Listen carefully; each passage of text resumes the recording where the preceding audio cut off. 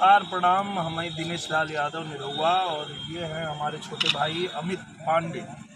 बहुत ही अच्छे गायक कलाकार हैं। हमारे चुनाव प्रचार में इतना बढ़िया गाते थे कि इनको सुन के लोग एकदम झूम उठते थे। अब इन्होंने गाया है सांसद निरहुआ भैया चले देवघर। अब देवघर हम जाते रहते हैं और उस पर इन्होंने गाना बनाया है। और इसको जो हमारे जबरिया म्यूजिक भोजपुरी चैनल है जिस पे ये गाना आ रहा है, तो इसको आप लोग बहुत आशीर्वाद प्यार दीजिए। और योगेश जायसवाल जी हैं इसके निर्माता। और कौन है? नीरज जी ने इसका पोस्टर डिजाइन किया है। और राजेश कुमार गोरखा जी हैं और टिंकू तिवारी जी हैं। तो ये सभी लोगों ने सहयोग किया है ये बनाने में।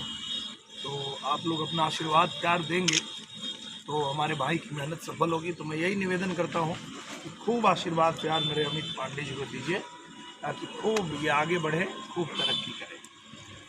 और गाना सुनेंगे तो आप लोग खुश हो जाएंगे। बहुत अच्छा गाना गाया हूँ। गाना गाया कि और सबको के सारा काम भैया चले बाबा धाम, फिर से 24 में फेरी नजर हो, लेके कांवर हो धके डगर हो, सांसद निरहुआ भैया चले देवघर हो। वाह, क्या बात, वाह जियो।